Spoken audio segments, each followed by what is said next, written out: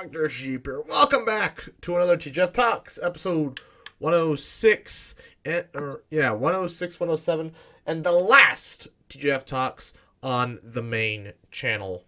It should have been the last one, but I've been busy. No, it should have been the previous episode, but I've been busy. Anyways, let's just roll the last time for this intro, because I'm going to make a new one. It'll basically be the same, but with different music. Oh, God. How the frick this? Nope. Back. Wait. I have... Why is this one not... hello? Oh, okay, there we go. I've never seen it have issues like that. That's weird. Okay. Wouldn't you like to get away? It's Friday. Gotta get down on Friday. And they're always glad you came. Oh boy, but there is plenty of stuff to talk about this week. If there will ever be another week like this, for there are things to be talked about. Not only did I go on a trip to North Dakota, but I also I listened to some audiobooks. We talk about those. There's also I've picked back up writing on the book, or actually started writing the book. I've also felt discouraged with YouTube. There's that, and then also I had a dream shortly after the last podcast, so that's been like almost 2 weeks or something since that. All in the same week? Huh? All in the same week this happened? No, well, no. So the dream was like 2 weeks ago, and then everything else has happened in the past 6 days. So yeah. So and then, of course, there's always Phil's stuff to talk about. Me? Did you have anything to talk about before we get into the rest?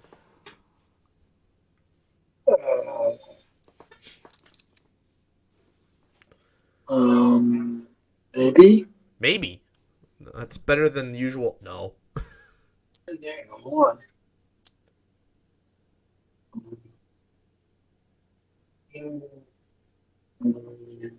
I believe his roommate has stepped into the room, so we're going to take a quick break here for our non-existent sponsor. Oh. No, I'm not sure. I don't think I did anything noteworthy. Oh, okay, we're back. There's nothing significant that happened in my life that needs to be shared, that deserves that should be shared. No, I don't think so. Oh. Well, fair enough. I mean, not all of us just go out and drive for 8 hours to two different states. I can't believe I had to drive through freaking Iowa for 5 minutes. I guess 10, 20 minutes total. Just so I could drive to South Dakota. But that's I-29 for you, right?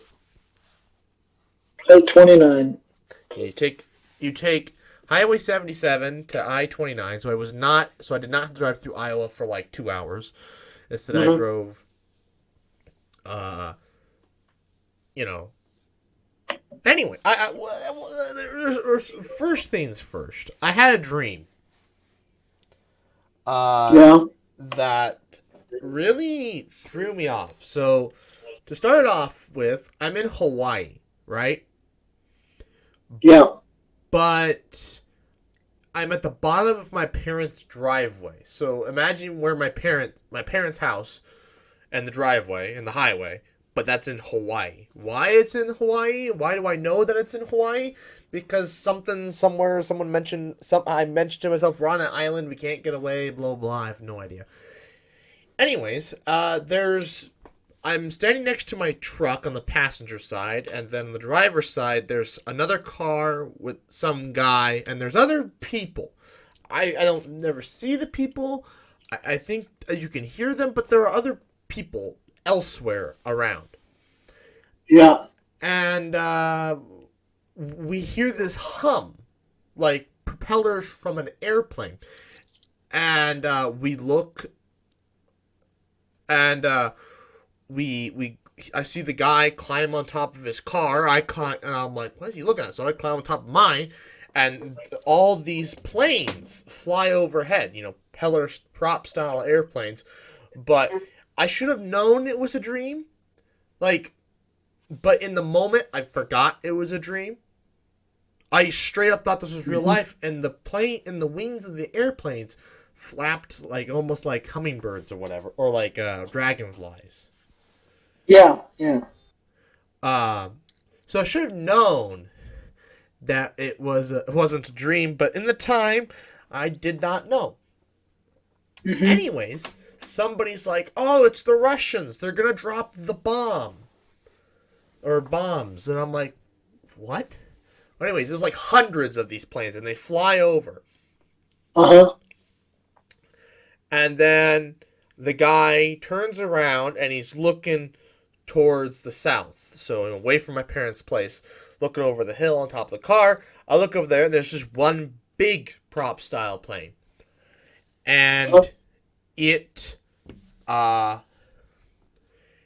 drops a bomb. Yeah. And I'm like, I'm about to get nuked. That's a nuke. And so I'm like, so I slide off the side of my truck, and I lay flat on the ground, and I'm looking underneath my truck, like, do I go and lay underneath my truck? What if somebody goes to move it? Because, there's other people around. What if they get inside of it and drive off? I don't want to get run over. Not the fact that I'm not going to survive and blast maybe anyways, but, I need a chance. And so I'm like, do I get underneath there?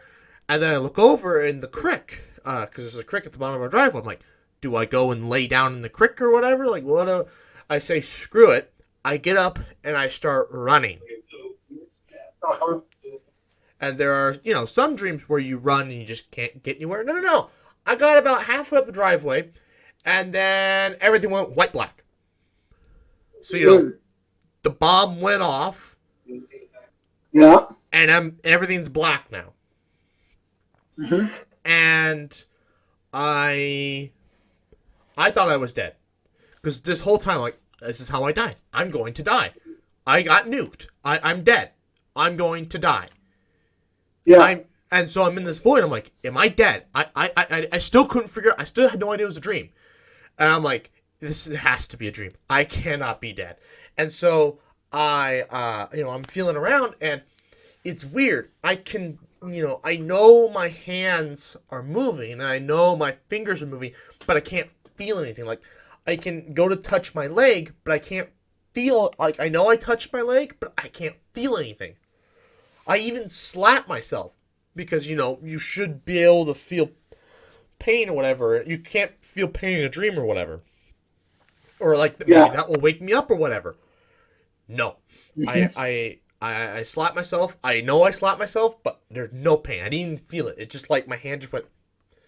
And I'm opening and closing my eyes, but it's just dark. It's just black.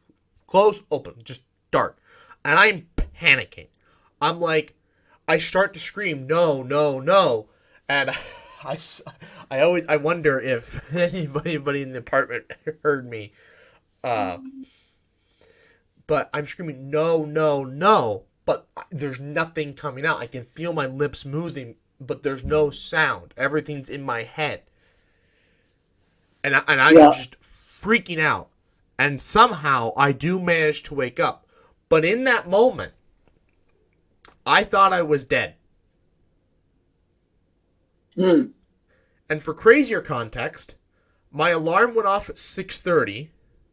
Yeah. But I forgot to change it to 7:30 because I didn't need to be at work until later on. And so I turned it off, set the 7:30 alarm, and then went back to bed. This all happened in an hour because I woke up 5 minutes before my alarm was supposed to go off at 7:30. Mm.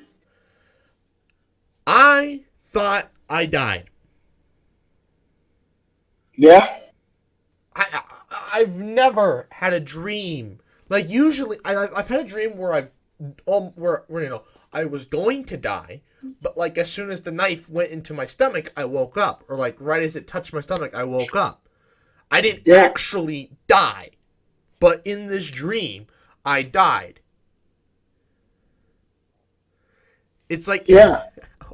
in my brain, it's like have you seen the movie Inside Out? Uh, yeah.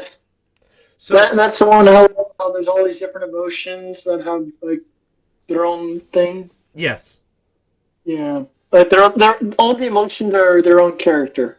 yes. Yeah. Well, so remember in the movie, the dreams are like a movie theater. Hmm. So it's like Yeah.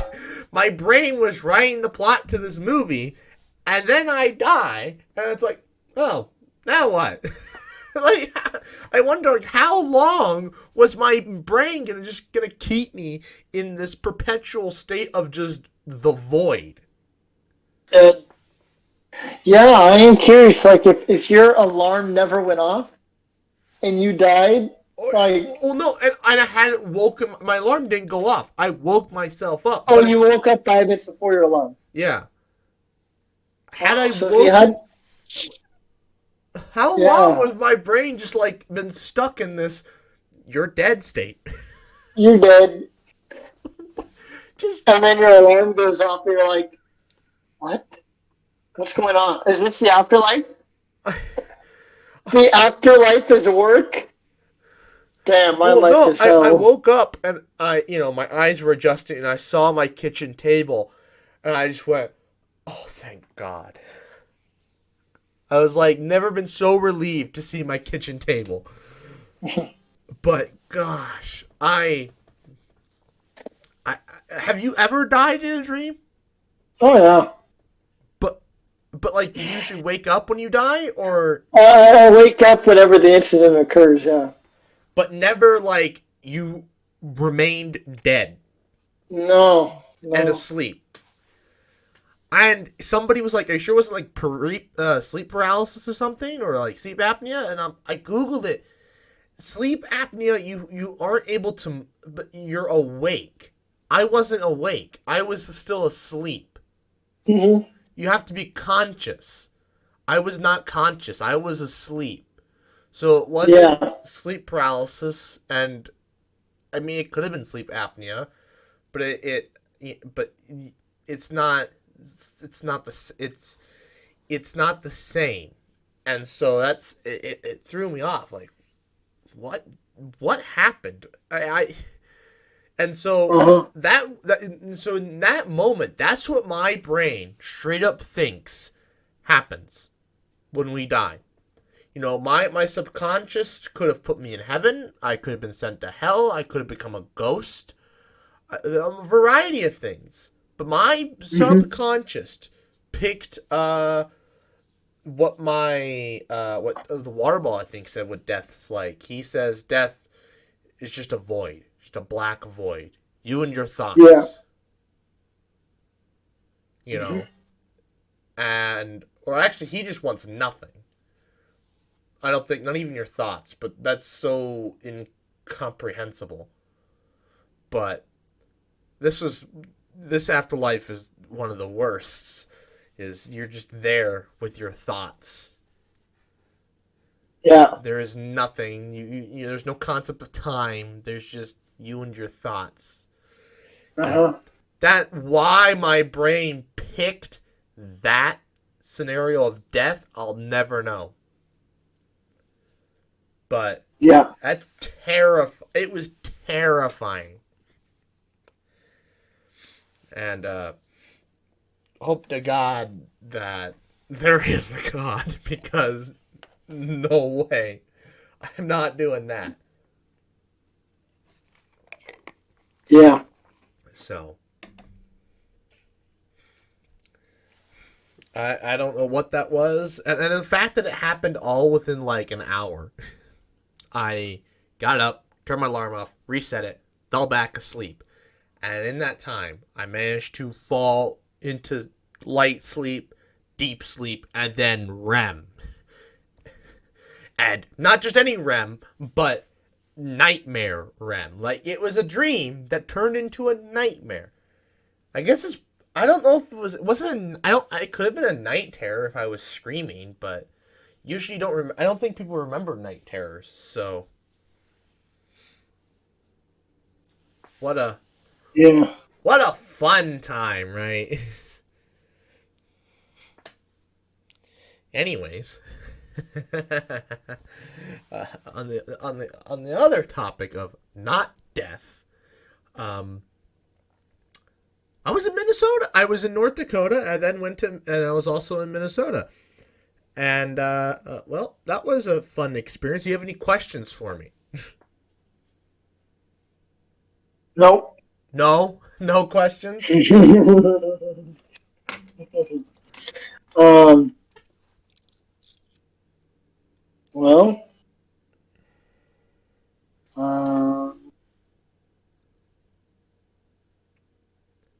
So I will say, if you got to go again, where would you go? Canada. Canada. Well, I meant like within the state of North Dakota. Uh, Where else would you go? so I would like to be able to make it to Bismarck and also Theodore and like all that stuff out there because there's a lot of stuff way out west. But obviously those are like 6-hour drives. So 5-6 hour drives from Grand Forks. So you can imagine 8 hours, you get there, you do whatever the heck you want, and then you wake up the next day and you drive there 5 hours. So yeah, I would like to go see that, but those are gonna be like, those are kind of the more difficult ones to hit because there's no reason to drive through there isn't an easy way to get to them because it's a long drive regardless, to get there. And you're driving through nothing pretty much until you get to I guess I don't even know what would Google even have you take to get there, to be honest. I don't even know. Yeah. I don't even know what Google would have you take, to be honest. Hold on. I will show maps when I need to see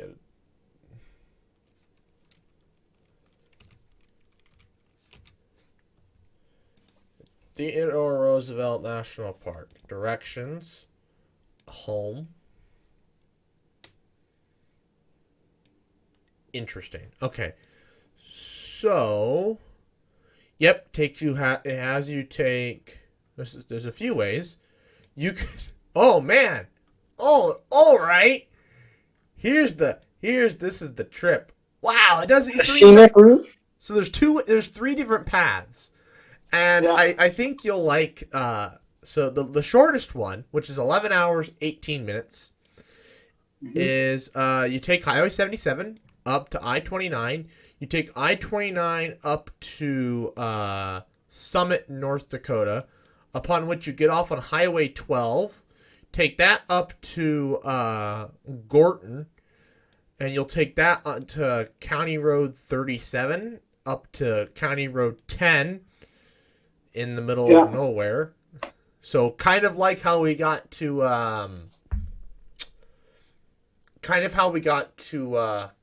Dexter, Kansas. You just took a bunch of different county and state roads. I don't know if these are state highways, but they might just be county roads. And you take County Road 37. You'll take 100th Street at the border of South Dakota and North Dakota. Oh, I thought we were already in North Dakota. We were in South Dakota the entire time. Okay, never mind. Then you'll basically drive up to Loudon, where you'll then hop on Highway 11. You'll then drive to Ellendale, where you'll hop on. This is actually an interstate spur, or at least it's a U.S. Highway 281. and you'll take 281 all the way up to I-94, and then you'll take I-94 the rest of the way. Or you could do my favorite one, which is 11 hours 29 minutes. So it's the second fastest.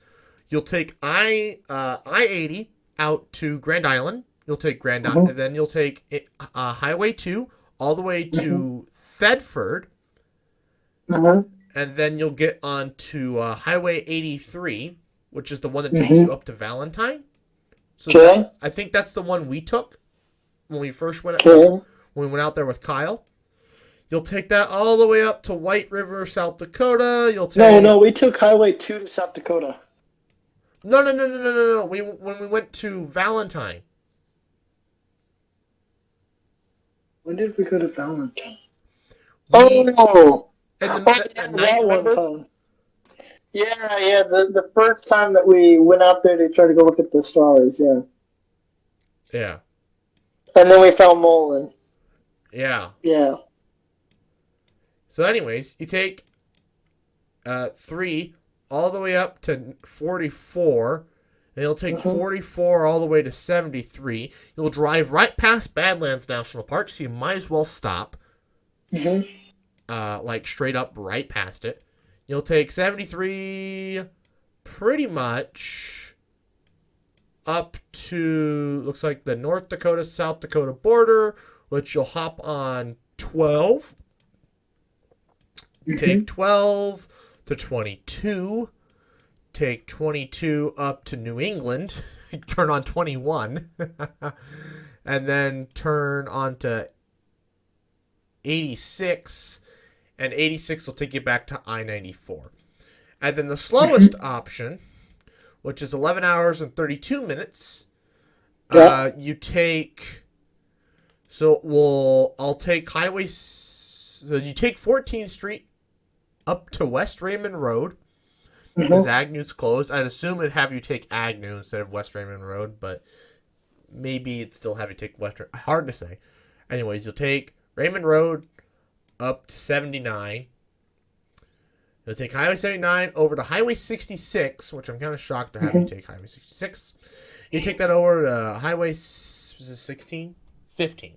Take Highway 15 up to 92. Such a weird way to get to 92. And then you'll hop on 81, and you'll take 81 all the way to Madison, where you'll hop on 32, and then hop on 121. Take 121 up to Battle Creek, where you'll turn on the 275.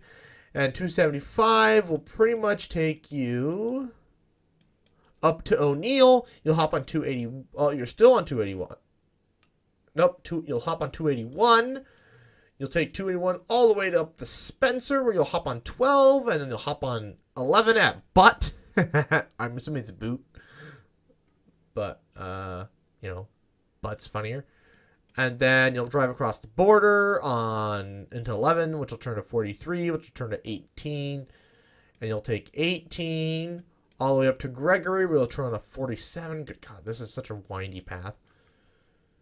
Take 47 up to Interstate 90, and then you'll hop on Interstate 90, which will take you to 83. Good God.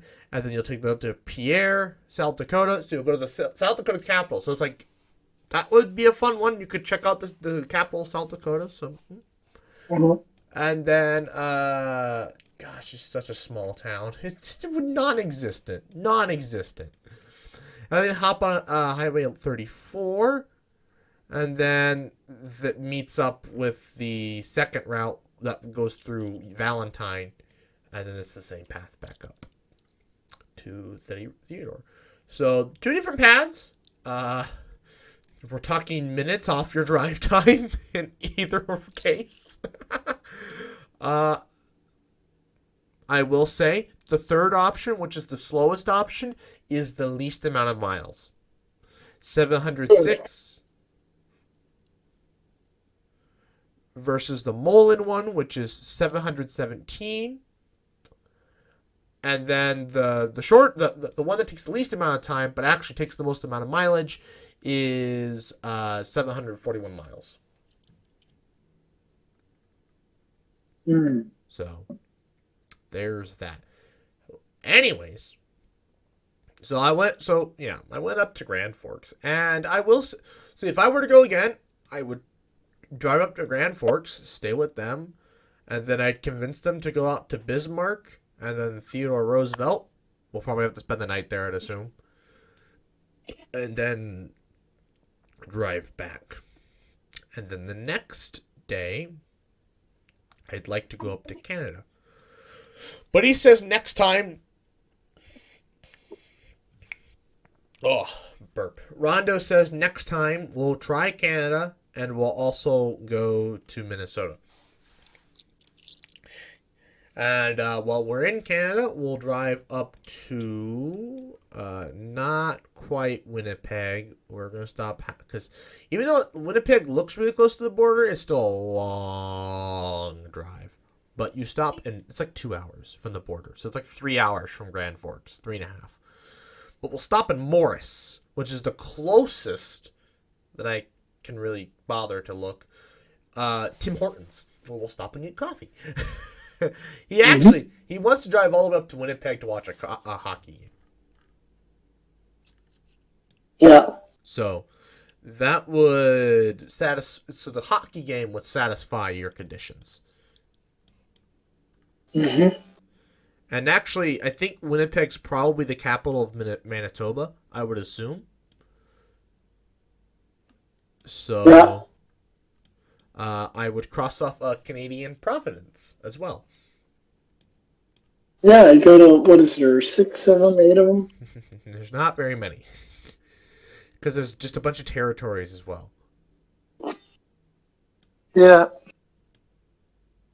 So. But, yeah.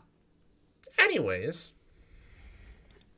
So that's what I would like to do. But, you know, is what it is. So, I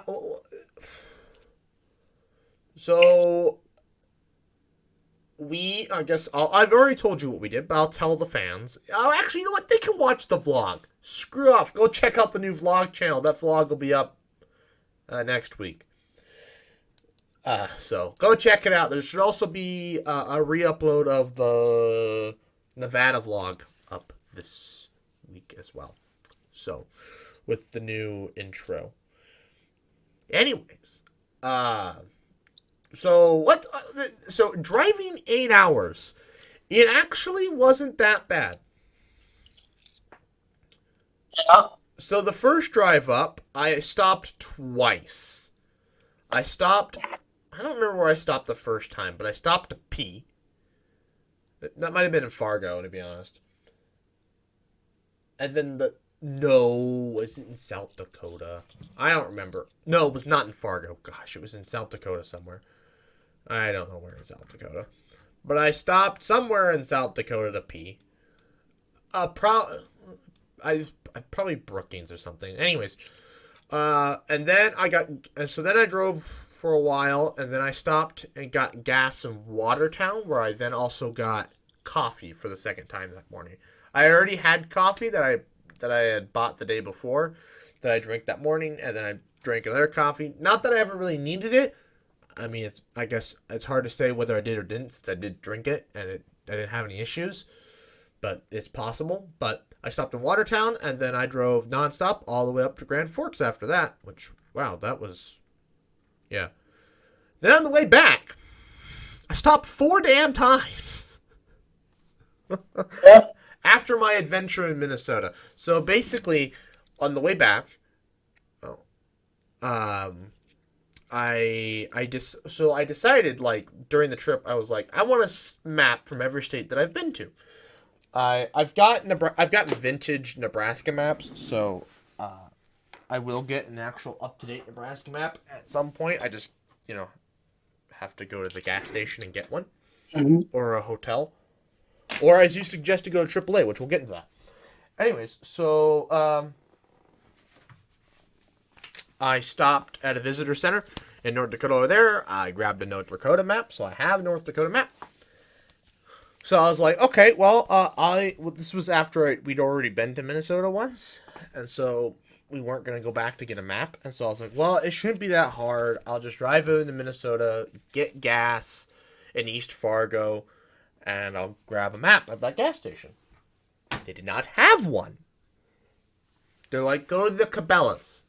Okay. I'm like, all right. Cabela's opens at 9. It was like 8:55. So I'm like, all right. So I drive to the Cabela's, like a block, like 3 blocks away. And I park in the parking lot, sit on my phone, wait for the 9 o'clock. I go to the Cabela's. I look around, and I'm like, I'm not finding anything. I'm wanting to get home. I'm wanting to get back on the road so I can get home because I was thinking I was going to go to the club meeting, but I never did. But anyways, had I not, whatever. Anyways, so I was like, where are your maps? And they showed me them. They only had North Dakota ones, and they said they usually have a Minnesota one, but like they're out. And they said that even if we did, it's more of like a wildlife thing, so it shows you like lakes and stuff. I'm like, that's not really highways, and I'm like, that's not really what I'm looking for. And like, try the truck stop on Highway 2. And I'm like, okay. So I drive back in the direction I came, up to Highway 2. Get to they had maps, but they're not these maps, right? They're not these classic paper maps. The South Dakota one's a different size, normal, but you open it up, it's the exact same thing. So no big deal. It literally says South Dakota official South Dakota highway map, and then official highway map of North Dakota. Anyways, I found like these like cardstock maps or like these easy fold. I was like, this isn't what I'm looking for. I don't want these. I'm like, whatever. Maybe I'll stop in Fargo or something. I don't remember. I remember every gas station I stopped at, I looked for maps, and I didn't. No gas stations have maps. I should have done a hotel. I should have gone to a hotel because I know hotels usually have maps. But it slipped the mind to go check to find a hotel in East Grand Forks. You live by a hotel. Well, no, here in Nebraska, but I'm talking in Grand Forks. Oh, yeah. I stopped to it slipped the mind to go see one in East Grand Forks. Plus I just wanted to get on the road so I can get home. Yeah. So anyways, I did script, took Highway 2 all the way to I-29, took Highway 29 all the way home. And then I actually was approached, so I had peed like 2 times. My bladder was just tiny that day. Mm-hmm. And I had to pee right before the South Dakota border for like the second time this trip. Second or third time, I don't remember. It was a lot. I peed a lot. I peed in Fargo. Yeah. I'm pretty sure I peed somewhere. I don't know. Point is, I get to the South Dakota border. I cross. There's literally a mile from the border. There was a rest stop. I stop in the rest stop to pee, and I grab myself a South Dakota map. And so, boom, I got South Dakota and North Dakota. So, my plan was to stop in Iowa, in Sioux City, but I just want to go home. It's such a cluster there with like the routes and stuff, and you have to get off, and then turn, and then get back on. It's annoying. So I just said, screw it. I'm like, Iowa maps. I'll be in Iowa again, I'm sure. And so I will get another Iowa map. I will get an Iowa map at some point.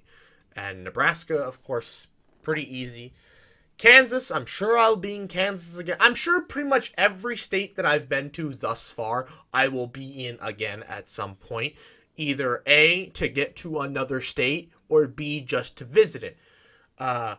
Like, I'm sure I will be driving through Indiana to go to, like, Ohio or Pennsylvania or what have you. I'm sure Kentucky might be a questionable one. Kind of depends on what kind of trip I'm doing through the East. Virginia, obviously I plan to revisit Washington, D.C. at some point. So I'm going to go to Maryland and then go to Virginia. I'll get a Virginia map, get a Maryland map, get a D.C. map. It's not a state, but might as well get a D.C. map while I'm at it. So, Yeah. And we're obviously driving back through basically all the states we came from, and plus Oregon next year in July. So I'll pick up Wyoming, I'll pick up Utah, I'll pick up Nevada, I'll pick up Oregon, and then I said we were gonna take the Colorado route back, right? Yeah, I think that was the plan. I mean, unless you want to go even further south and go like Arizona, New Mexico, Texas, and then go to Louisiana, Arkansas. So I'm taking my Missouri, Arkansas, the Grand Missouri. Tour. Missouri, Iowa, and then Nebraska. Yeah, Oh my God, the Grand Tour. Grand Tour. No, oh, I don't know. We have one of these days when we build up like a whole bunch of vacation time. We need to take a grand tour and visit like half the U.S. in one big loop. First of all, how are we going to afford the gas? And second, how? Well, I haven't figured that out yet. Well, that's what I'm saying. Once we save up the funds. Vacation time is not the issue. It's gas, hotels, and food. All right. What we do is we say screw the house, and we're just going to go on a bunch of trips and just spend $30K traveling. I mean, because like my plan for the house at this point was just to use what I have. Because like No. We say screw the house and we go on one big giant excursion. I'm not burning my savings on a trip.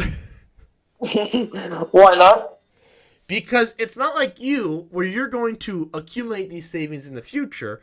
These are things I already have, and I either am going to invest or use part of it to buy to do a down payment on a house.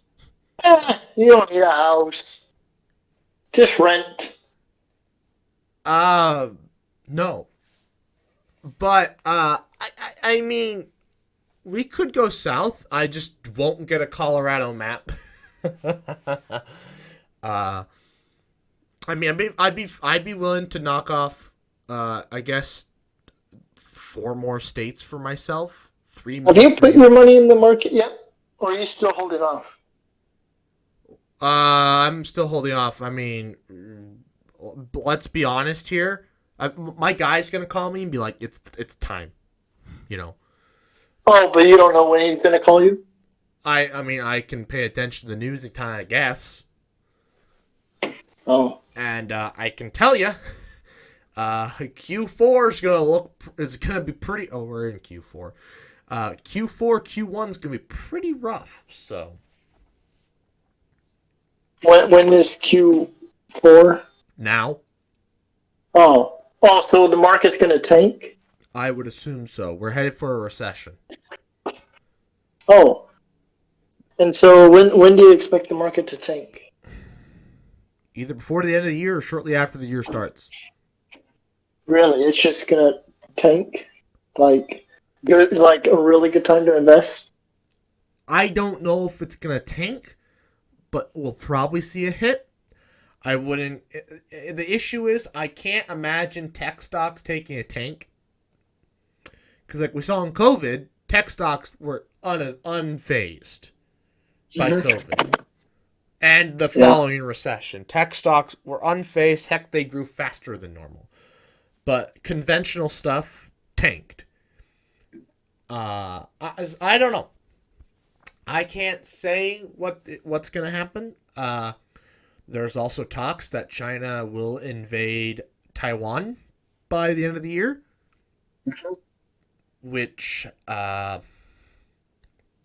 will surely mean a massive collapse of the stock market. Hell, the U.S. economy may collapse altogether. So we may be homeless, jobless and homeless. Jobless. If there's a war, you realize, I'm not like this isn't gonna be like some little conflict, right? China is our biggest trading partner. All trade with China will be stopped. Mm. The cost of living, food might be unaffected, but any other products, the price of those will skyrocket. You will not be able to find anything made outside of China. You won't be able to find any Chinese products. Everything will be, heck, you won't even be able to find Taiwan products, which means like no semiconductors. No chips. Which is the scariest part, because well, Apple makes their own, so I mean, Apple will be unaffected. Right? Samsung will not. Well, Samsung will, but won't be unaffected. They use Qualcomm chips, but they also make their own chips. Their own chips suck compared to. Everyone's gonna have to go to Apple. Well, no, I'll just end up getting a Samsung chip, which I mean. Oh. I say it's worse, but it's like. I'm sure it's gonna be better than what it's better than what I have now. So. I'm not going to complain. I'll be able to at least get that.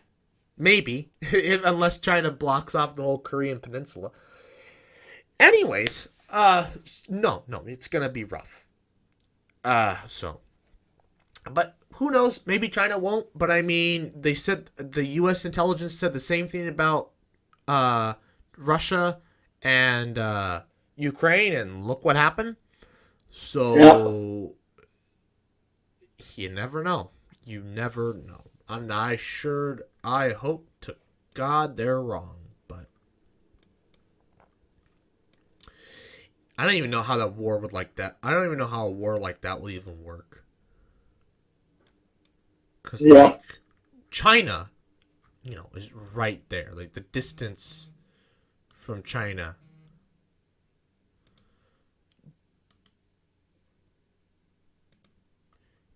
$50 miles. It's 50 miles from China to Taiwan. Oh, really? Yeah, it's 50 miles. And you know what the distance from Taiwan to even our closest base in Japan is? I don't even know. I don't know where our closest base in Japan is. Neither do I. Well, let's just assume it's in Tokyo. I doubt there's one in Tokyo, but let's just assume. Oh, sorry. I think it might have been 500 miles. I misread the distance. Sorry. It might have been 100 miles between China and Taiwan. Let's say the U.S. base is in Tokyo. It's 1,200 miles. Like, how do you fight a war like that? Especially since you're going to go around the East China Sea, because they will be just slewed with ships. I don't even know. I guess maybe the Philippines closer, but they again, I don't know how you fight a war like that. But anyways, so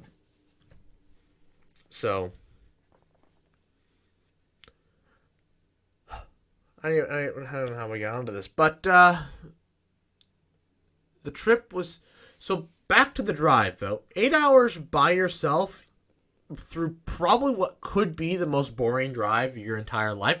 South Dakota is a bit more interesting than North Dakota. At least there are some hills. There's a really steep one that Well, back to the Grand Tour. We could make a Grand Tour plausible. I mean, aside from the gas, what we do is we pack we might need a bigger vehicle so we can pack a cooler. But ideally, what we do is we camp everywhere, so we'd never go in a hotel. And we bring enough food for like a week, and then after the end of the week, we find the cheapest grocery store and stock up again. Right. And then, you go to the grocery store, you fill up on everything you need for the next week or whatever, or however long this is. And as long as you're sleeping in the tent, you don't have to pay for a hotel. And your food bill is only as much as you're willing to spend on bringing stuff. I mean, I think it would be nice, try some different cuisine around the area. Right. But, I mean, you don't have to do that every day. I think me getting a Maverick would be about the only way that'd be feasible. Yeah. Because it'll have the space. It still won't be Well, anywhere. It still won't be anywhere. Because, see, my car is the best fuel-wise, but it's not very spacious. Right. The Maverick, we will have oodles amounts of space, like more space than you've ever seen. Mm-hmm. Like, if we're not doing stargazing, but we're just going on a grand tour, we can pack as much food as we want. Yeah. Luxurious camping supplies. Mm-hmm. There'll be a lot of room.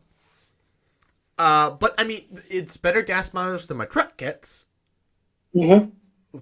But, 25 miles per gallon. 20 miles per gallon is 25 miles per gallon is. I mean, it's still pretty good. It's not.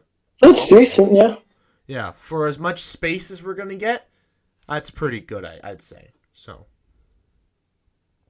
Mm-hmm. Well, if you do a grand tour, we go through Wyoming, and then we drive from Wyoming up to Idaho through Oregon. I'm not sure. Well, I mean, you could get crazy, okay? Yeah. I mean, we could just say, yeah. Well, no. We would want to go to Wyoming because I think you'd want to see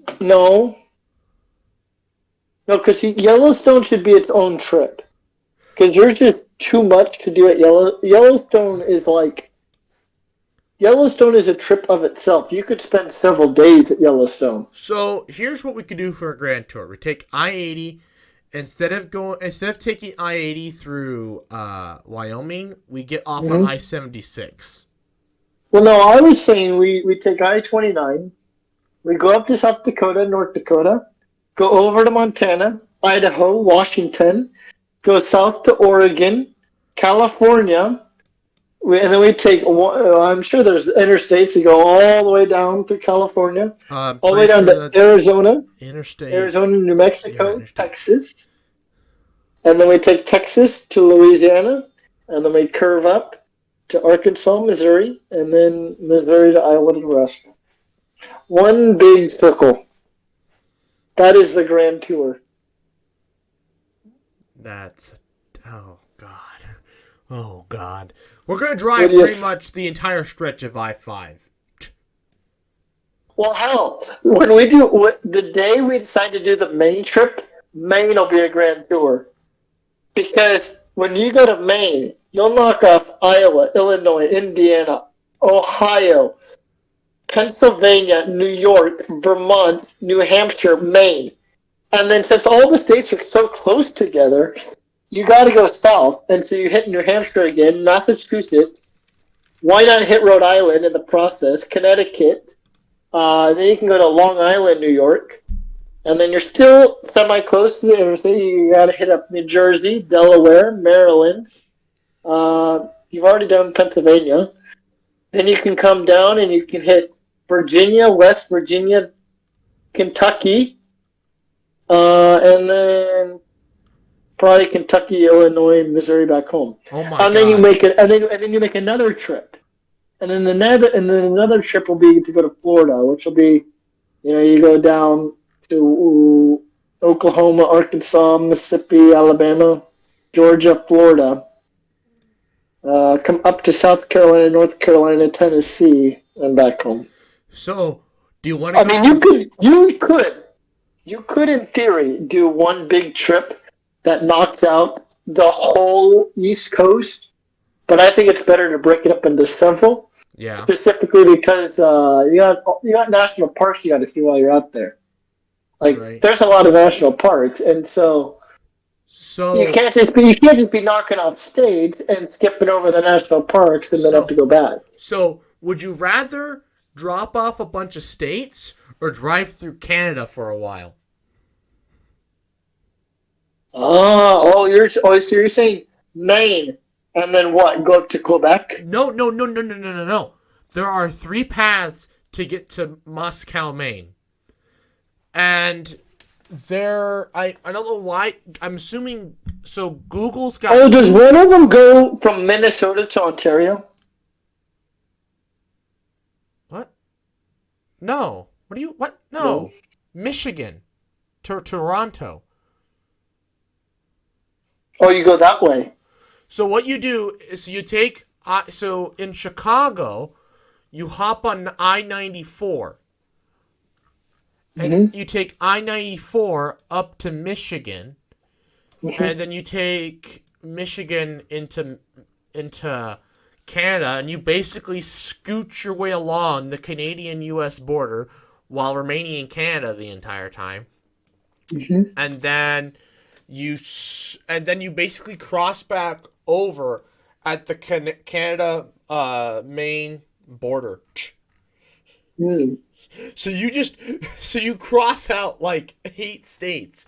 But actually what's interesting is what states it has you go through and how close you get to other states. Because the other path, which is actually slightly, so it's a longer distance, but it's a shorter time. It's still 26 hours, but it's the blue option. I'm assuming it's because of the border crossing. That's why it's the blue option. But anyways, I-90 gets stupidly close to the Michigan border, so you might as well get out when you're in Indiana and go have lunch or whatever in Michigan, so you can cross off. Oh, hell, you can cross off Wisconsin, right? Or is Wisconsin too far? What? Hell no, you're not freaking. That's probably a 2-hour drive. Yeah, 2 more. What's 2 more hours off a 24-hour drive? Okay, 26. What's 2 more hours? No.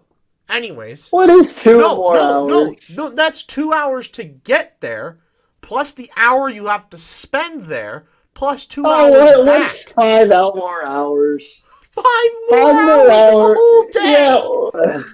Yeah. Please. That's a whole day. Anyways. Yeah, please. As where Michigan is literally just an exit, and then you know just an exit, and then you spend an hour. So, so then you'll take Indiana. You'll have to drive through the most boring state in the world, Ohio. You'll then cross through Pennsylvania. You'll have to stop in Pennsylvania for an hour. Same with Ohio, obviously, to make it count. Like stopping everyone for an hour. Well, I mean, I don't know how long it takes to go through Illinois. Oh, well, I guess it. So does driving across the state count then? No. No. And it's because of the reason that we said earlier. Imagine, because driving from Ohio to Pennsylvania, if you zoom in, there's a little tiny segment that peaks up. Does that count as driving through West Virginia? And I said no. Right. Well, you're also on this trip, you're going to go through that little tiny little speck of Pennsylvania, so you'll want to stop there. Yeah, and so I'll read our rule again. It was drive an hour into a state. So it's no longer driving across. It's drive an hour into a state, spend an hour in a city, a major city, minimum 5,000 people. You have to be outside during the day. And then my brother was saying doing something symbolic. So I didn't drive an hour into Minnesota. But you spent an hour in a city. Yeah. Yeah. And we played soccer for that hour. Yeah. Oh, I'm sorry. I should have said or. Drive an hour into a state, or spend an hour in a city, a major city, minimum 5,000 people, outside during the day and doing something symbolic. Something symbolic? I don't know what that means.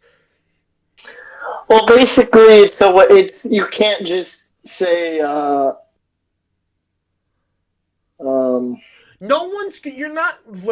not going to spend an hour just sitting on your phone. yeah. You're not going to drive to a state to sit on your phone, right? Well, You're no, gonna, that's what I'm saying. He's saying. I mean, it's kind of obvious, but yes, that you can't. You have to do something.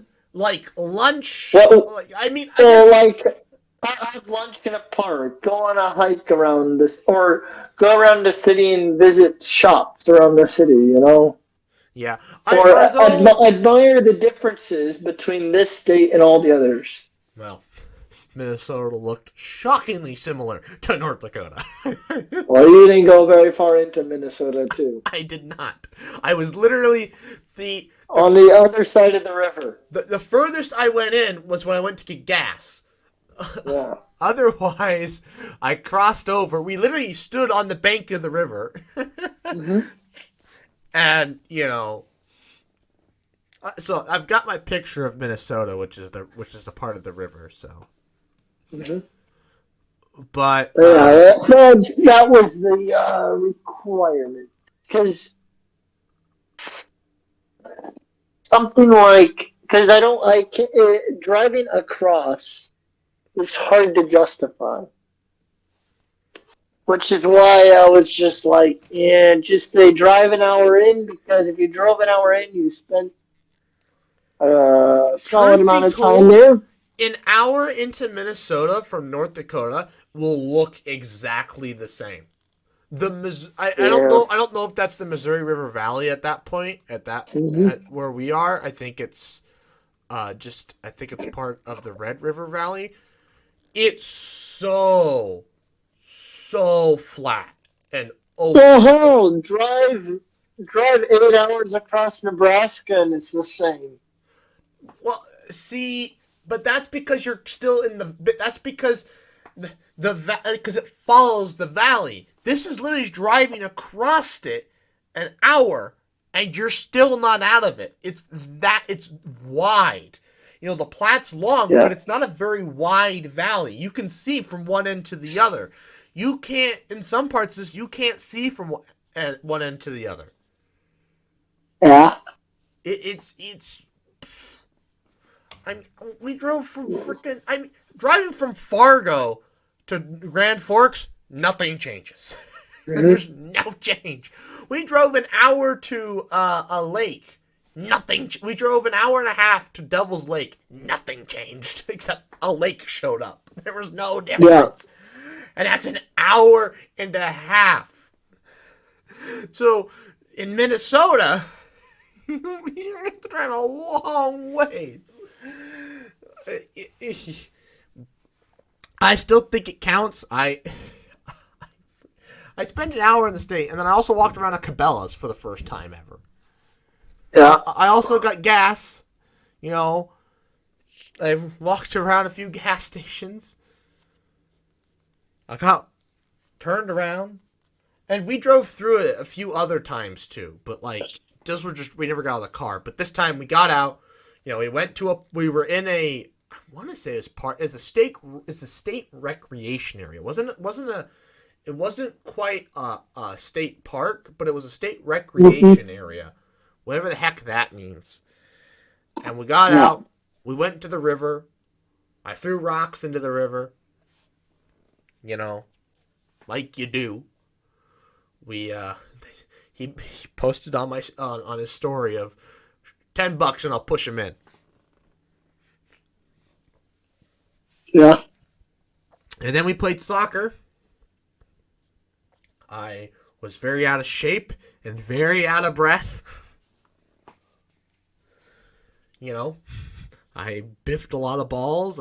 It in my mind, yes, I was like, I'm not very far into Minnesota, but I still spent an hour there. I did something symbolic, I spent the time there, plus I went later on anyways to, walk around try and find a map. I went through the effort to try and find a map. I'm going to count it. It's up. I'll agree that we shouldn't count Oklahoma, but I do want to count Minnesota. Yeah. I would have done more time. It just wasn't permitted. Like, I wanted to drive to find Minneapolis is way further than I thought. Anyways, I wanted to drive further in to do other things, but it just didn't have time. I also wanted to, try and go find a map, but what do you think? Minneapolis is on like the opposite side of the state. Yeah, I know. I realized that now. Well, because I was going to go try and see Outback, but... Oh, he lives in Minneapolis? I don't know if it's... I thought it was somewhere around Minneapolis, but... I don't know. Point is... what do you think? What is your opinion on my time in Minnesota? I don't know. I didn't know. Wasn't there. Would you... It sounds like it was fun. Would you count what I did as going to a state? It fits our definition, yeah. Yeah. But you said to drive an hour in, which I did not do. No, I said an or. Oh, okay, or. I said drive an hour in or spend an hour in a major city. Yeah, and we're in East Grand Forks. It's not drive an hour in and spend, because for the same reason that, like, visiting West Virginia. I was saying that technically you're in West Virginia. If you drove through that little thing that points up. However, if you need to stop somewhere and spend an hour for it to count, in my opinion. Yeah. Because just driving through, it's like you're not really visiting the state. However, if it takes you more than an hour, yes, you spent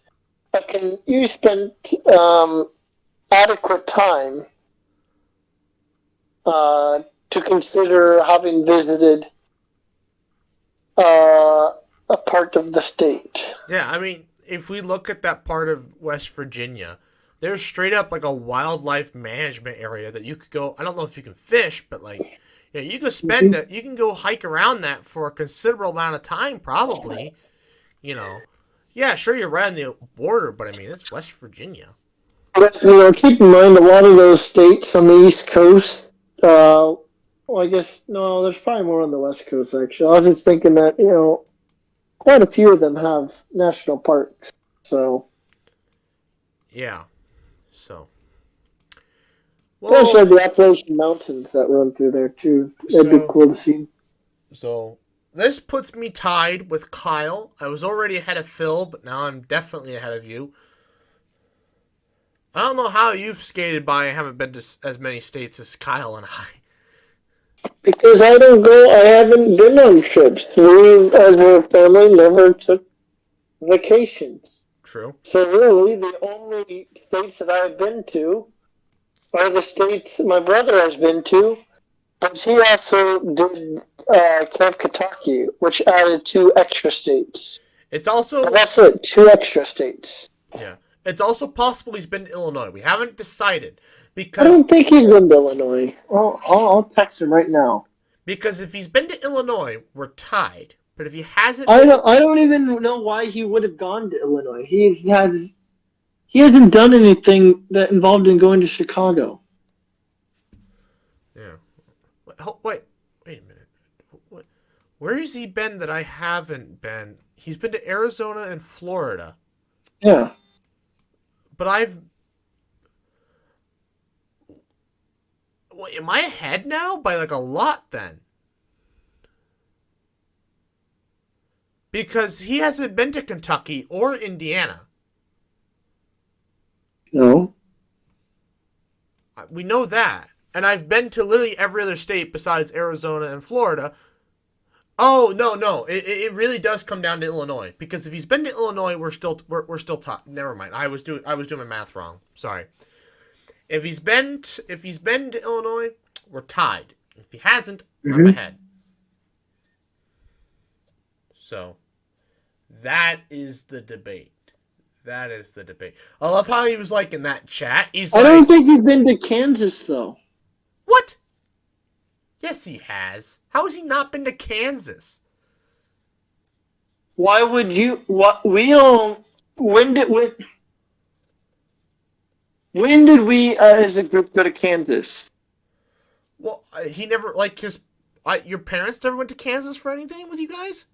Oh, I told you we did 5 trips. Okay, 5 trips. Wait, Florida? why has he been to Missouri then? What? Has he been to Missouri? Yeah, that's part of the 5 trips. Oh, okay. I said we've done 5 trips: Arizona, Florida, Kansas City Royals game, and Worlds of Fun. Kansas City, Missouri. So that's Missouri and Iowa. Well, technically you're driving. I don't even know how long you're in Iowa driving, but anyways, that's 3. Then Niobrara, and then Chimney Rock. It That's is. I mean, it is possible. That's it. That is all the trips that we have done in the past 25 years as a family, This or 21 years. you guys, your parents didn't cross over into Kansas at all during that Kansas City trip. Why would we? We had no reason to. All we did is Worlds of Fun and Royals game, and then we went home. Why would we have drove to Kansas? We had no reason to drive to Kansas. Fair enough. I have been to Kansas before because I went to Great Wolf Lodge with some friends Right. for a birthday party. But he was not a part of that. And so I don't know how or why he would have had to go to Kansas.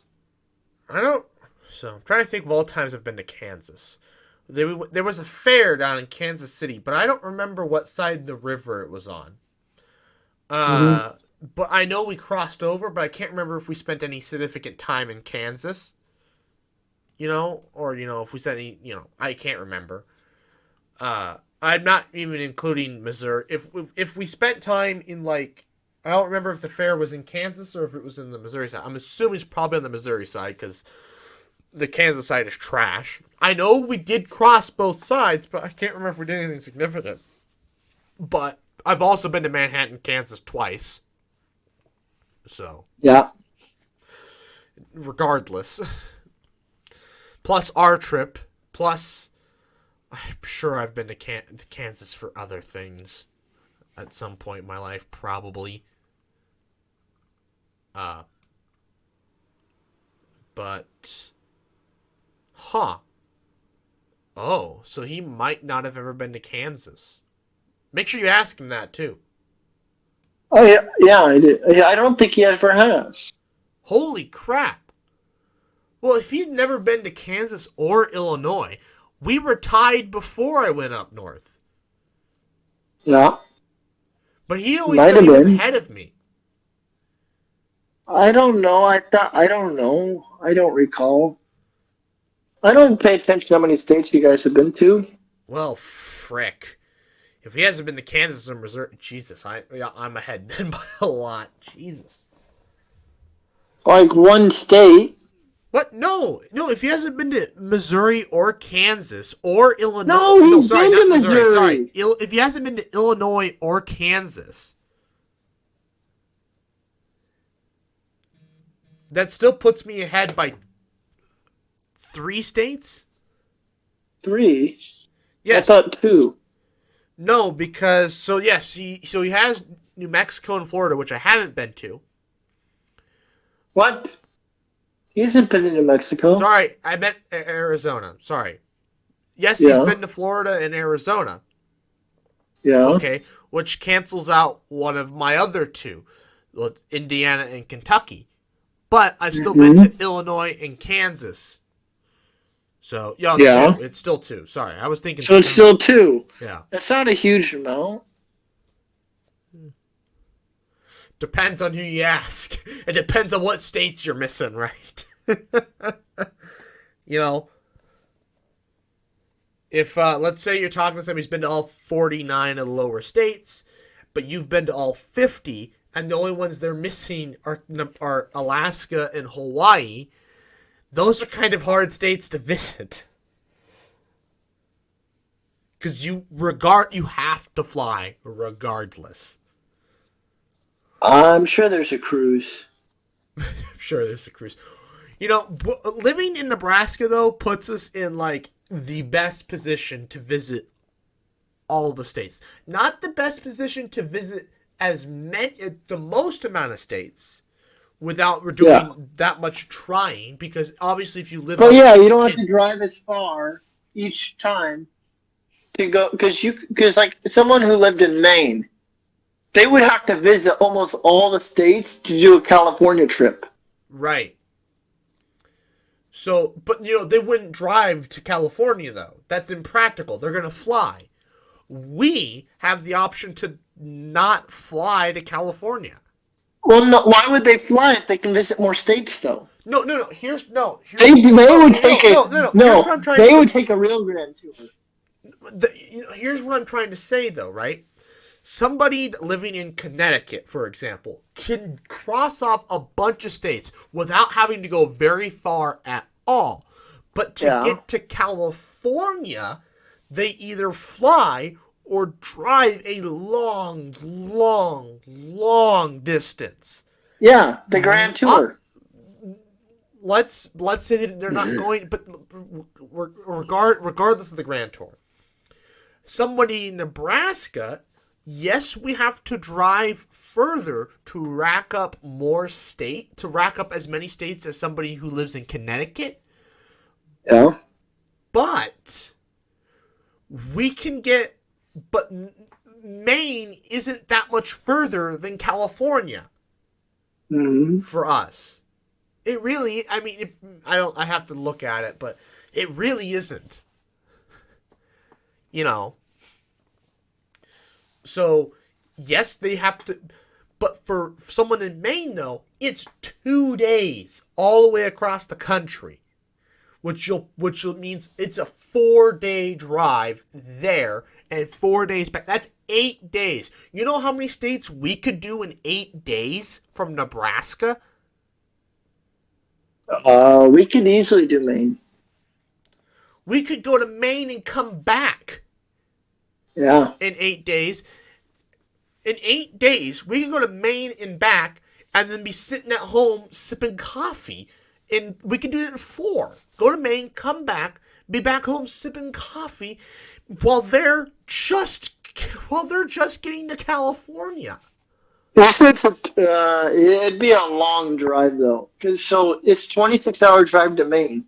That's driving 2 days, 13 hours each. Right. Here, that means that you get to Maine, do hardly anything, and then have to drive back the next day, 13 hours. I think 5 is more practical. I mean, you can spend a day there. 5 days. That's 10 days then from Maine to California.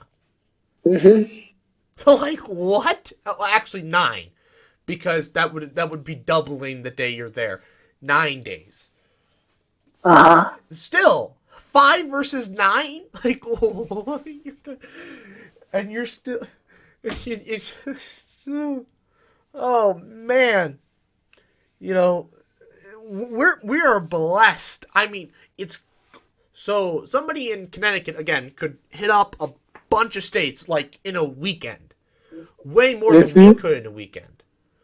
But in 4 someone days, in Connecticut, yeah. But in 4 days, you know, actually maybe we're comparing it. Maybe the East Coast is the wrong comparison. California is a better comparison. Think about where they have to drive a stupid distance to go anywhere. Yeah. I mean, the state isn't that far across, but you have to go up through No, the but mountains. think about how to drive out of the state. Think about someone living in LA. To drive out of LA, they have to drive the distance that we can drive in 15 minutes takes them like 4 hours. Exactly. There's that too. So like, even though, like, oh, they're in California, even though it's not that far across, the traffic is atrocious. What takes us 15 minutes to travel takes them like 4 hours. Yep. We would be halfway across our state by then. Yeah. We'd be taking our first piss break. And they're just leaving their home city. Yep. And they're just getting outside of LA. Yeah. And we would be, I mean, would they have to take the, how's that? Oh my God, California would be like hell for somebody with a small bladder. Because, like, you'd be like you'd be like 10, 15 miles from your house. But it took you like 3 hours. But it took you like I know, 3 hours. they're like, I have to go to the bathroom. Yeah, No, run home and but go. you've been on the road for 2 hours. You can run home, go to the bathroom, and be back, and I bet you moved like 10 feet. I mean, you wouldn't leave during rush hour, and obviously, but there are some No, you drive in the middle of the night. there's some stipulations and some exaggerations to this, but it's If you're trying to leave LA, you drive in the middle of the night. exactly. So That's what you do. We don't have to leave if we left in the middle of the night. We can still go further. 'Cause, middle of the night. Well, time to go speeding. Well, the thing about driving in the middle of the night in our state is that it's kind of in Nebraska is the thing. It's scary because of deer. Not on the interstate. What? You're gonna be on the interstate. You're not gonna be on Highway 2. There's no deer that cross the interstate ever. You get in the fast lane, deer aren't gonna make it there. I suppose. I'm just trying to think. Late at night, like 3 a.m, when there's no one. Does a deer really care if he's trying to run to the tree over there? I'd be shocked if you. I don't know how many deer get hit on the interstate. I can't imagine it's that many. I mean, maybe around here I'd be concerned, but out by Grand Island, I'm not concerned anymore. Yeah, I suppose. Yeah, but although around here it's, I don't know. I've never been concerned about hitting a deer on the interstate. Well, yeah, it's one of those things you don't think about because it's so wide. Yeah. You got like 2 lanes going each Plus, way. there's usually a fence, like not a barbed wire fence, but a chain link fence. They can jump pretty high, but yeah, you do make a point.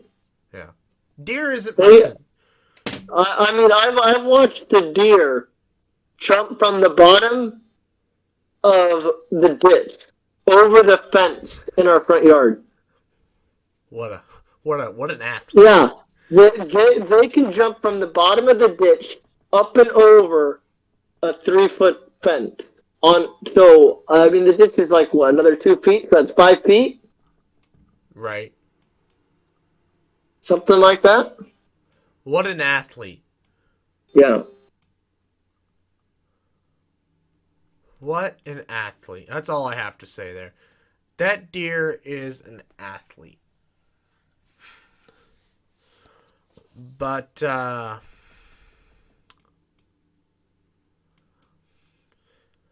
don't even know how. I'm lost in these damn trips. But, so yeah, that's the last travel trip for a while. I don't think we're doing anything in December. And, I guess we're going to the zoo. So look out. I'll probably make a vlog on that. But, I didn't. So we didn't get to see Northern Lights. It was too cloudy. I tried out. I just used the regular time-lapse mode of my camera. My camera took a tumble off my dash because I had no way to secure it to my dash, and so it took a tumble. I think it's okay. The touch screen doesn't seem to want to touch as easily as it used to, so it may have an issue with that. But depending on whether that app works, which I don't know when I'm going to test that app, but if the app that allows me to turn it that allows me to actually set however long the time lapse exposures that I want. If it doesn't work, get a new camera anyways. So what's it matter if the touchscreen's broken a little bit, right? Mm-hmm. I also learned that I'd been shooting at 720p for a lot of stuff, and so everything's going to be upscaled to 1080. But, whatever. So the last thing, a little over time, but I listened to Dr. Becky's book on a brief history of black holes. Very good. I really enjoyed it. The end was about her research, and then also there were two chapters all about, or it was a whole chapter. Her research and her section was super. I kind of zoned out for it because I was getting close to Grand Forks at the time. But her research is very complicated because I'm not quite sure what her research is 100% on, but she's trying to see how growing supermassive black holes influence stellar growth within stellar birth within a galaxy. I just realized something. It's off topic, but you're talking about your 720p. Do you think an AI could one day, you upload a video, or you take an old video that say was made in 720 or even 480, and an AI could deduce what pixels would be most appropriate to make an image 1080p. So it add in pixels and resolution, and the AI is guessing what say it's a person's face, right? Mm-hmm. And it's guessing what the face would look like in 1080p. It already exists. It does, really? It's not perfect, but damn, it's good. It's already... So you could take some old YouTube video that's uploaded at 480p, and the AI will look at it and be like, I think these are some appropriate pixels to generate a 1080p image. I don't know if you... Or at least a 1080p image that's satisfying to watch. I don't know if you can go that low. But you can go... But you can 720. Really? Yeah. When is YouTube gonna market this and implement it in their videos? Oh, it has not... Here's the... So, YouTube has no interest in doing that. Because YouTube has now made it 4K can only be watched with YouTube Premium. Oh, really? Yes. Because something interesting has happened here. Because of Moore's Law, Moore's Law has slowed down so much, the efficiency of processing video files has not increased at the same rate that the amount of video being uploaded to YouTube has increased. Mm-hmm. And so the processing power for people to watch in 4K is too expensive for YouTube to maintain without people paying for it. And YouTube realized that most people don't give two craps about the quality. I'm one of them. I can watch any video in 1080p because that is just fine. Oh, no. They tested it. What they tested was whether you'd notice it was in 480p or 720p instead of 1080p. I can notice 720. Let me rephrase that. Most of the time. Because usually what happens is I'll watch a video and I'll be like, this just feels strange. I don't notice it right away, but as I continue to watch, it's like, this does not feel right. And then I realize I'm in 720. So I will say, if I were to start a video in the first, say minute, I probably will not notice. But it's after I've been watching it for a while, and I start to look around at different things in the screen like, that doesn't seem Very sharp. crystal clear, very sharp. It takes a while for me to notice it, but I usually notice it I'm the within exact. like 10 I am. minutes. I'm the exact same way, but I always notice. It takes a little bit, but I always It notice. takes a little bit, but then you're like, this just does not feel very clear, very sharp. Yeah. Yep. And you know, it says that it's because your internet's too slow, and it's possible the internet was too slow. Well, yeah, I think the internet speed is why it defaults to 720. It is not. No. Because YouTube came out and said they were testing. Really? They deliberately turned down your resolution to see if you would notice. Oh, and what'd they find? No one notices. No one notices. The vast majority of people never noticed.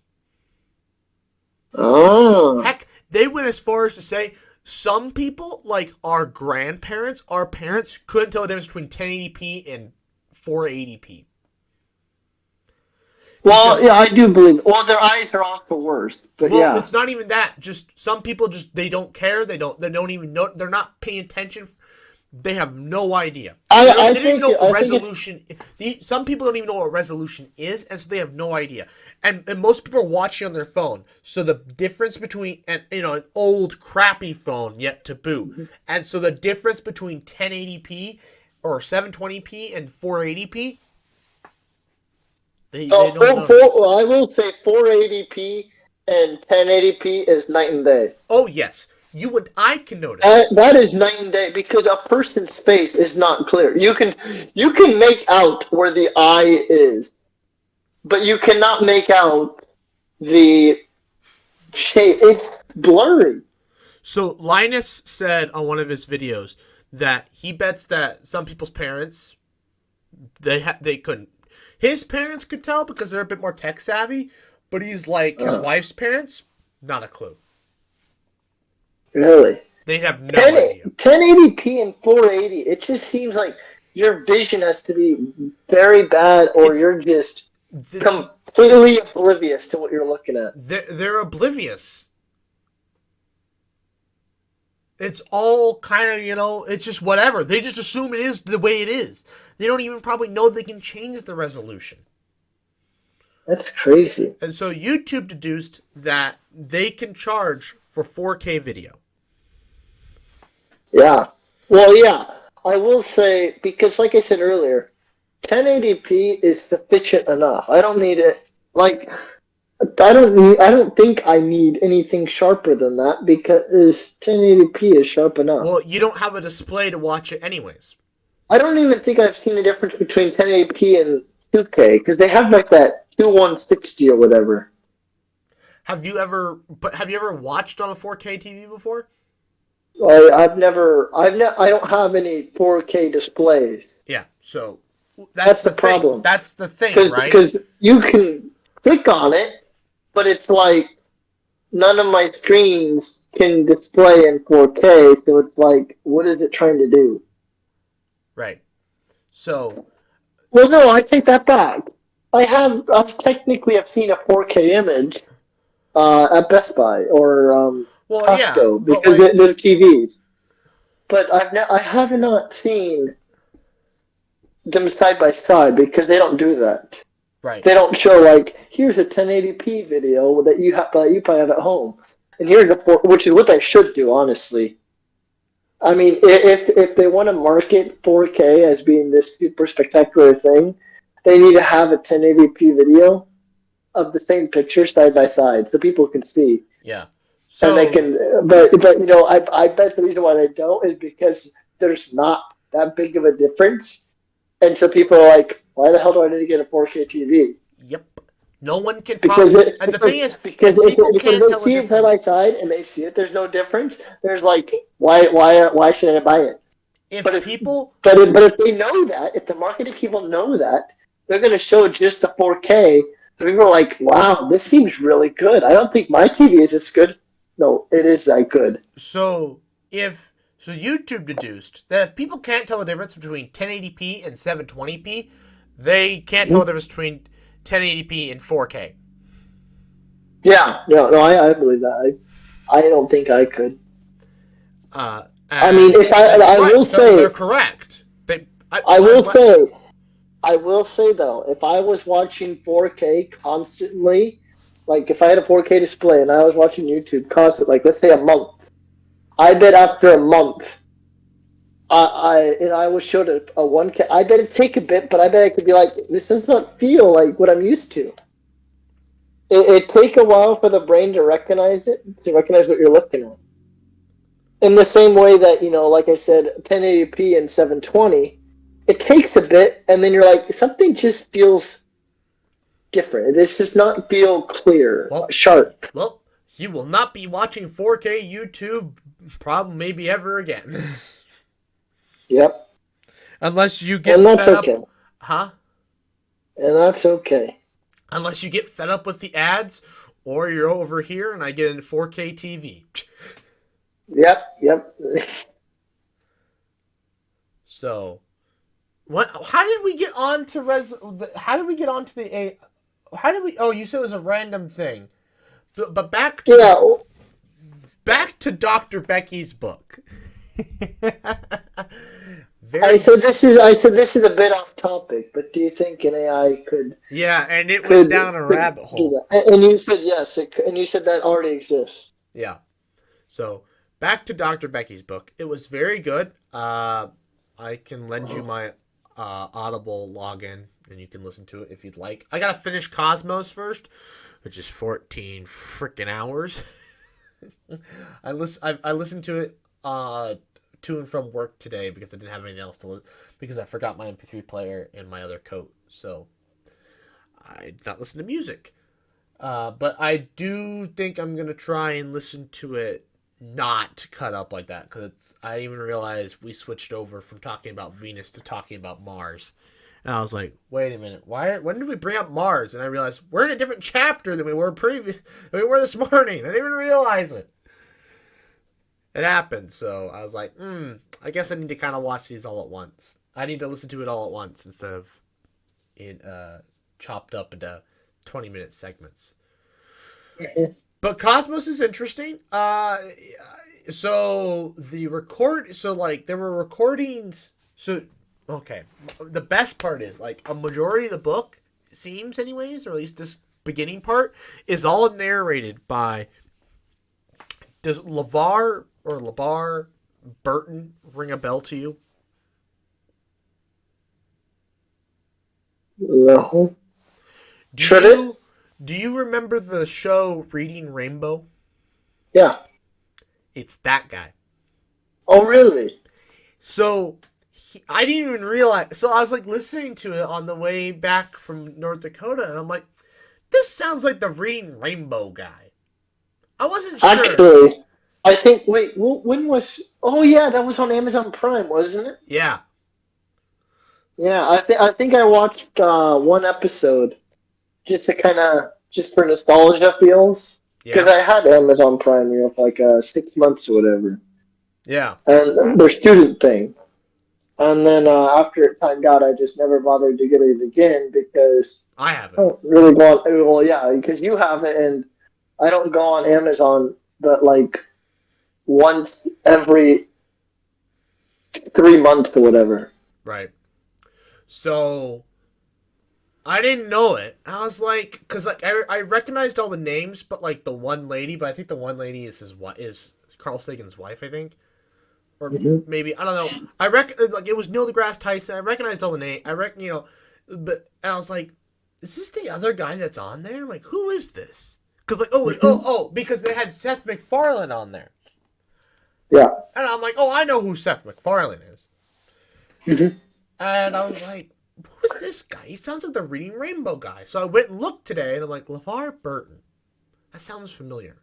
What would he do? I looked him up, and lo and behold, he was the host of Reading Rainbow. So there's a good portion of the book being read to you by the Reading Rainbow guy. It's amazing.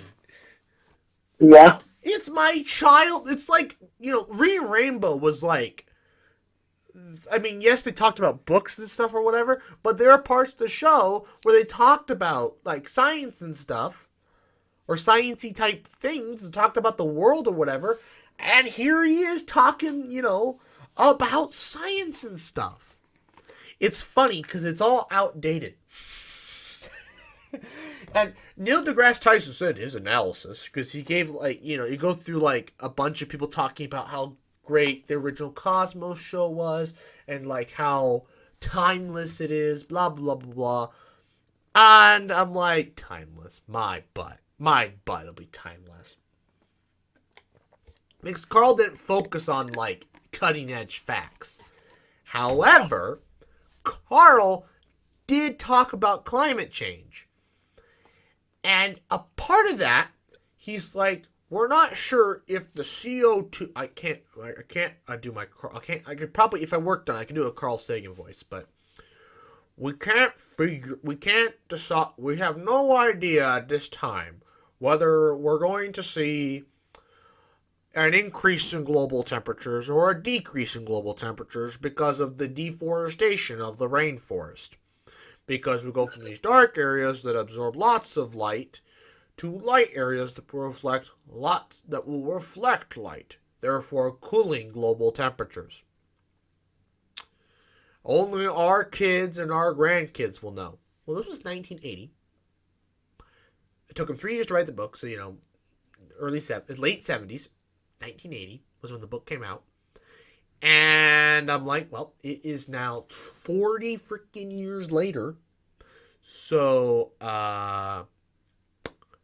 we're talking great grandkids of his are probably hopping around by now, potentially. And I think to myself, you know what, Carl? You're wrong. It's got hot and steamy, and we are approaching disaster. Actually, may already be at disaster point. So I was like, his little spiel about climate change and runaway greenhouse effects. I'm like, yeah, nope, we're here. Things have only gotten worse since 1980. Although and he talks about smog in cities, and I'm like, there still is some smog in some cities, but cities are far cleaner now than they were in the 80s.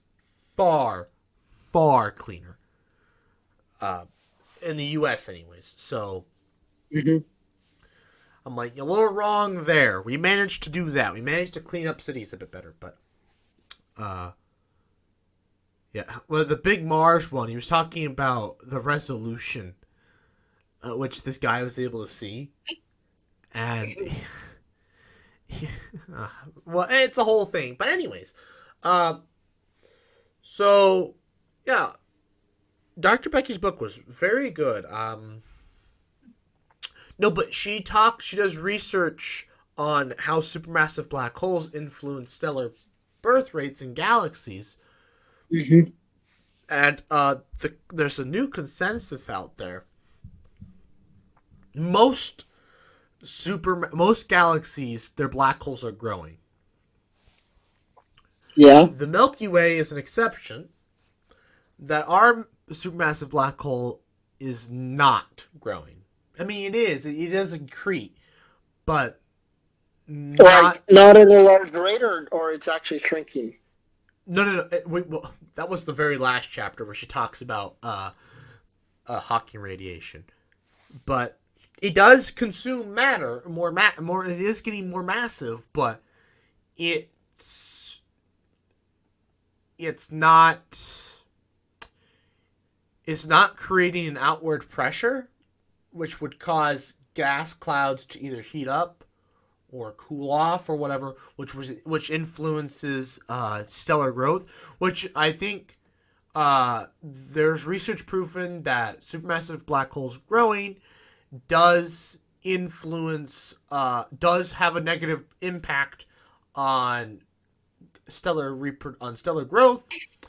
Dr. Becky is trying to prove that theoretically that a supermassive black hole accreting could make more stars, and that actually because of the massive amounts of radiation that comes from these supermassive black holes that are growing in these galaxies, that life on planets around these galaxies cannot exist. There's actually a Goldilocks zone in a galaxy because a planet can't be on the very edge because it'll get exposed to too much intergalactic radiation, which would end life on the planet, and it can't be too close to the supermassive black hole because the supermassive black hole's radiation will irradiate its atmosphere away.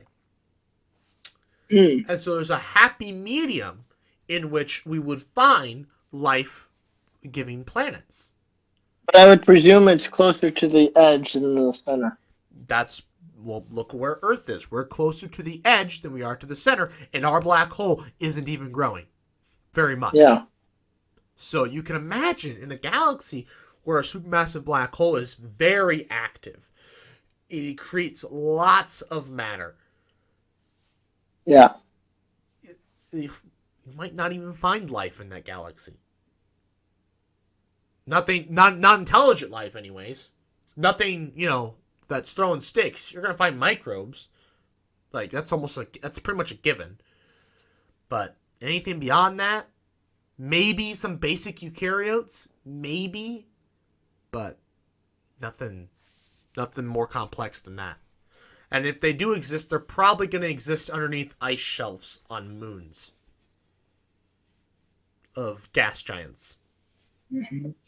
Because where else are you going to survive the radiation? So yeah, we have yet to prove. So like Dr. Becky's research has yet to be proven. We don't know if supermassive black holes can actually increase stellar growth, stellar birth. Is it proven that there's a galactic Goldilocks zone? Yes. Well, I mean, we can't prove that there's life, but we can assume that there would be a Goldilocks zone. Like, we can't prove without, finding out if there's life on these planets. It's a theory. Well, I think it's more or less like you're most likely to find life, because I don't know how much if you can prove that life cannot exist there. It's just that you are very unlikely to find life there. Yeah. Because in order to prove that there's not, you'd have to literally visit every single planet and say, nope, not here, not here, not here, and that there are no exceptions. Right. And truth be told, so it's a probability question, I think. Yep, which is exactly what it is. It's also, there's, people say you can't have planets around stars bigger than like an F, but we've found planets around those massive stars, which has reshifted our ideas on where we can find exoplanets. Mm-hmm. So, I mean, but the big issue with exoplanets is that it's easy to find exoplanets around small stars, red dwarfs, sun-like stars, but beyond a certain period of the planet's rotation around the sun, orbit around the sun, I should say, we don't know. Because think about it, right? An alien looking at the sun. They might be able to find Jupiter. Just because Jupiter probably causes the sun to wobble quite a bit. Even though it is really far out, it's super big and it might cause the sun to wobble. And they might be able to find Jupiter. But Saturn, Uranus, Neptune, where periods we're talking orders of centuries. Yeah, the thing about the sun's wobble is extremely small. I actually had to measure it for a class. When well, we calculated it essentially. Basically, the sun in all the actually, so technically, you could say the planets do not. It is not correct to say the planets orbit around the sun's center of mass. The planets orbit around the center of mass of the sun-planet system, Right. and Right. that center of mass is actually within the sun.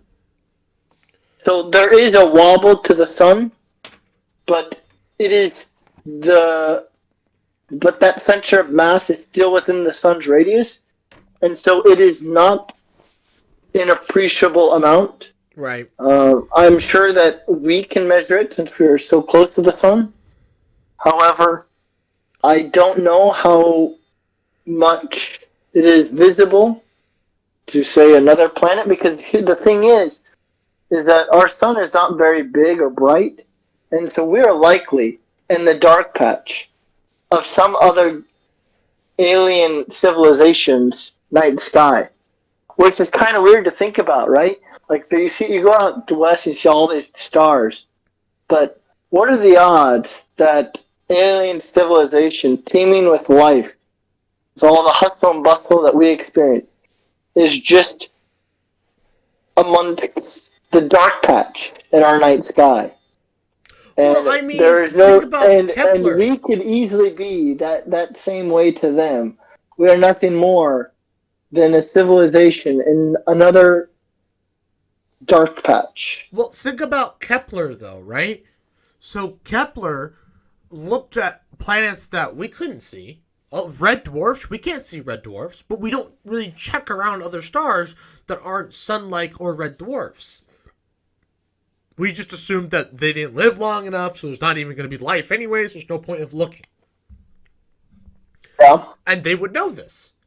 These advanced civilizations would know that there's no point to look at those other planets, especially if we're looking for life, because there's not likely. Plus, if there were, the periods of the planets would be so big that you're going to look at a few stars to look for a few dots, but like you don't have centuries to spend looking there. And so, the alien civilization looking at our sun, they would obviously notice. They know Mercury, and they would know Venus more than likely. They would probably know Earth. I mean, I guess it kind of depends on what their period is. If their planet is a long period, similar to Jupiter, let's say they're around a supermassive star or whatever, so their period is long as well, then maybe, the rate... No, I think you have it backwards.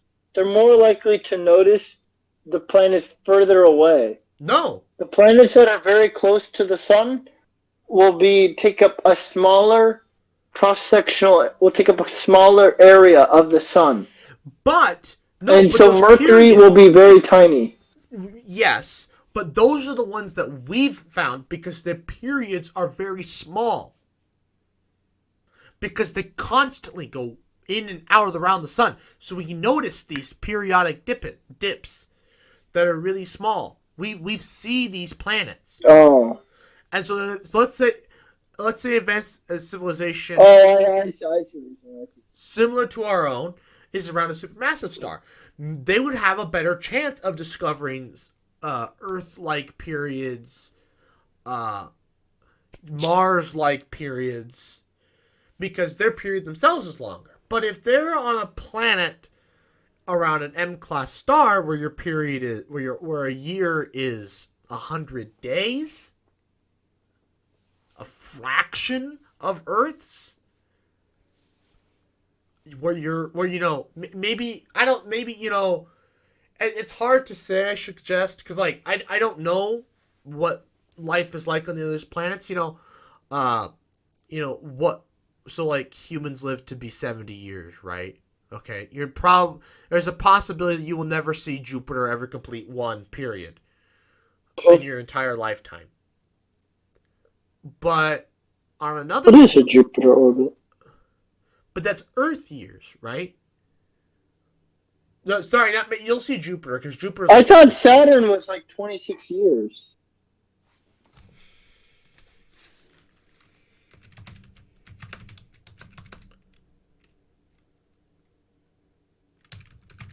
12 years.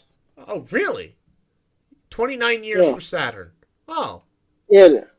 Yeah. Oh. I told you Oh. because I did that. I did those when I did Kepler's laws. I looked at all that Oh. The big. because I was curious how long it took Saturn to orbit because I was like, the Greeks knew.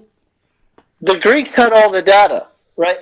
Kepler had all the data of all the orbits of the planets. So I was like, how long did it take Saturn to orbit if Kepler was able to have all this data? Oh, 26 years. You easily can have multiple data points across Tycho Brahe's lifetime. The jump is at Uranus. Yeah, yeah.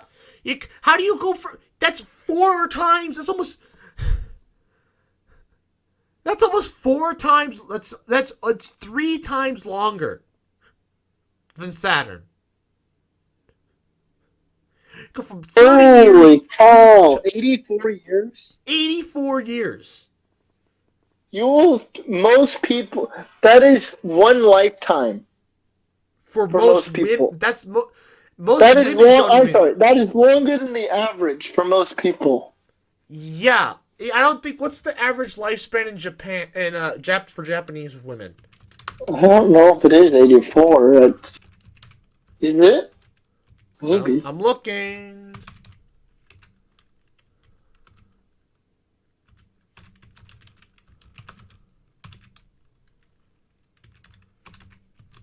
Holy cow! Mercury's 88 days. Yeah, I told you it was 88 days. It's zipping around. Yeah, so they would notice. So, okay, then they're going to notice Mercury. They're going to notice Venus. They're going to Earth notice is Earth. questionable. They're I gonna mean, notice- a year. They're going to notice Earth. They're going to notice Mars. They're going to notice Jupiter and Saturn. But they will never notice. Depending on their planet, though, if their life. So, like, that's the thing, though. I don't know if. So, in Earth years. Do you think it's possible that, let's say, around a planet with a shorter period, is the way DNA degrades, if it's anything close to Earth biology, do you think the DNA and the telomeres and stuff degrades at a similar rate? Know enough about this to answer that. No. Neither do I. I don't know. I have no idea. So, are they living for the same amount of time as a human? But obviously, if they're living the same amount of time as a human, then they're experiencing twice as many years. But to them, 100 to them is like 100. What is 100 years for them is like 50 for us, potentially. I don't know. Or how about these people that are on around F-class stars, really big stars. They're not really big, but they're bigger stars. Unlikely, but let's say they are, and their planet is on an orbital period that's really long. Like Jupiter length. 12 years. Are they only going to see 10? Are they only going to see their planet go around their star 8 times? I don't know. Do you think life would adapt to that? Because seasons, with the way seasons work on Earth, would life adapt to these longer seasons? And so you'd somehow live even longer. So, it still works out to be 80 some odd years for somebody on these planets, even though 80 years on their planet is a stupidly long time for Earth. It's 800 years. Well, they're going to notice. They're going to notice Uranus. They're going to notice Uranus. I don't know about Neptune. No, I just looked it up. 128, 165. I was going to say 165 years. They might notice Saturn, but And then you got old Pluto. He's cooking at about. If they didn't notice Sirius, he is cooking at 248 years. If they didn't notice Ceres, they're not going to notice Pluto. Yeah. Well, anyways, so the average lifespan in Japan is 84 years. 84.62 Yeah. for a female. So, a person in Japan, they could live for one Uranus orbit. Yep. And the U.S. is 77 for a female. Holy crap. Yeah. People in the U.S. barely live longer than people in China. Mm-hmm. The average life expectancy for a female in China is 77.1. U.S. is 77.28. Imagine for a second that, let's just say that, seasons and all that, were still a thing on Uranus. So Well, they you are. could either have what? Well, You could either have hang on. No. Well, I guess never mind. You could either be born during I think you could either be born during the winter and have a summer lifetime, or be born during the summer and have a winter lifetime. Because as you age, you forget less and less about your childhood. So you don't remember much about your winter experience childhood, but your spring and summer lifetime. Oh yeah, that'll be crystal clear. Yeah. So, that's the thing, right? Can life exist on these other planets? Now, I think what would be really cool is that so if you go halfway, or I mean double, so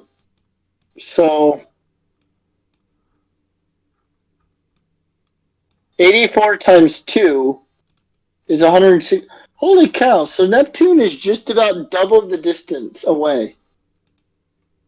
165, or no, I don't know. It doesn't work like that. Never mind. I'm sorry. It's double the time it takes. But what I was going for is that 165 years on Neptune, you could actually have a summer or winter lifetime.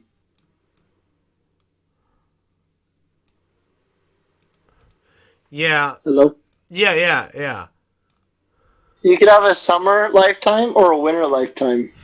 Although a summer and winter on Neptune isn't much of a difference. Once you're on Neptune, daylight is twilight. Yeah, what is daylight? Is it even much? It's twilight. Is it really? Yeah. I would have thought it would have been like new moon. Well, I'm sorry, full moon. It's nighttime, but like a full moon. No, it's twilight. There's Pluto might be full moon, if that. Full moon. Yeah. The sun's like a little star at Pluto. But anyways, holy crap, this has gone on for quite a while. Yeah, could you imagine living on Pluto where the sun is just another star in your night sky? I think it's a bit bigger than that, but yeah. It's like you just have a night sky. It's like, wow, we have nighttime every single day of our life. And the sun, this thing that blocks out half the stars during the day, half that blocks out all the sky for half the day, it's literally just another little star. It's like a big star. It's like the sun would be like looking at Jupiter on a bright day. Maybe. I think that what are light levels? Well, anyways, we need to end the podcast. We're at 2 hours, but yeah. Anyways, I'd like to thank you all for watching. Please like, comment, share, and subscribe. New podcasts will be on the new channel. Go check it out. Link in the description below. Those will be every other Friday, at least for now. Maybe every Friday, since this podcast there's a lot to talk about, and we could probably still keep talking.